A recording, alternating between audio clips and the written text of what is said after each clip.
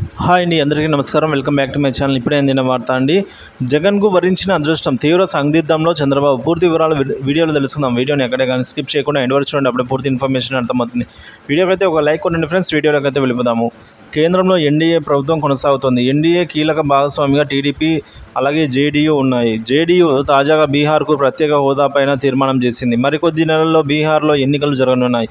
తమకు ప్రత్యేక హోదా లేదా ప్రత్యేక ప్యాకేజీ ఇవ్వాలంటూ తీర్మానం చేసింది, ప్రతిపాదించారండి బీజేపీ బీహార్లో.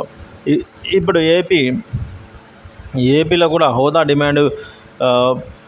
డిమాండ్ పెండింగ్ ఉన్న సమయంలో చంద్రబాబు పైన ప్రభావం పడనుంది. మరి చంద్రబాబు ఏం చేస్తారు, ఎలాంటి అడుగులు వేస్తారు అనేది తెలియాల్సింది. బీహార్ ముఖ్యమంత్రి నితీష్ కుమార్ ప్రత్యేక హోదా అంశాన్ని మరోసారి తెరపైకి తెచ్చారు. పార్టీ సమావేశంలో ఈ మేరకు తీర్మానం చేశారు. కేంద్రంలో ఎన్డీఏ ప్రభుత్వానికి మద్దతుగా నిలిచిన నితీష్ తమ రాష్ట్రానికి హోదా అంశం ద్వారా రాజకీయంగా మెలికబెట్టారు.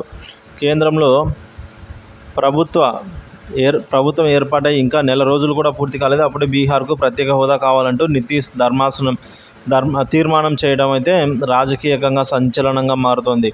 పార్టీ జాతీయ కార్యవర్గం ఈ మేరకు ఏకగ్రీవ తీర్మానాన్ని ఆమోదించింది. బీహార్కు ప్రత్యేక హోదా లేదా ఆర్థిక ప్యాకేజీని ఇవ్వాలని డిమాండ్ చేస్తూ తీసుకొచ్చిన తీర్మానాన్ని పార్టీ ఆమోదించింది. దీంతో పాటుగా ప్రశ్న పత్రాల లీకేజీ కేసుల్లో కూడా నిందితులకు కఠిన శిక్ష విధించాలని డిమాండ్ చేసింది.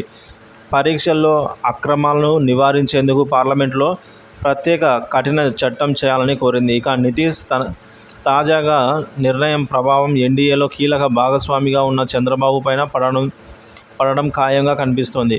రాష్ట్ర విభజన సమయం నుంచి ఏపీకి ప్రత్యేక హోదా డిమాండ్ ఇప్పటి వరకు పరిష్కారం కాలేదు.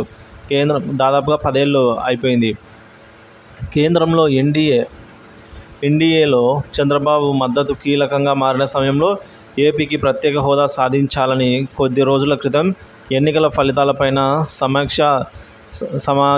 సమావేశంలో పార్టీ నేతలతో జగన్ వ్యాఖ్యానించారు. గతంలో చంద్రబాబు సీఎంగా ఉన్న సమయంలో హోదా స్థానంలో ప్యాకేజీ పైన ముసాయిదా సిద్ధమైంది. అయితే హోదా చంద్రబాబు వద్దన్నారనే ప్రచారంతో నాడు ప్యాకేజీపై నిర్ణయం జరగలేదు. ఇప్పుడు నితీష్ తాజాగా హోదా పైన తీర్మానంపై కేంద్రం ఏ విధంగా స్పందిస్తుంది, చంద్రబాబు ఎలాంటి వ్యూహం అమలు చేస్తారు, ప్రతిపక్ష పార్టీలు ఏం చేయబోతున్నాయి అనేది ఇప్పుడు సర్వత్రంగా ఆసక్తికరంగా అయితే మారుతోంది ఫ్రెండ్స్.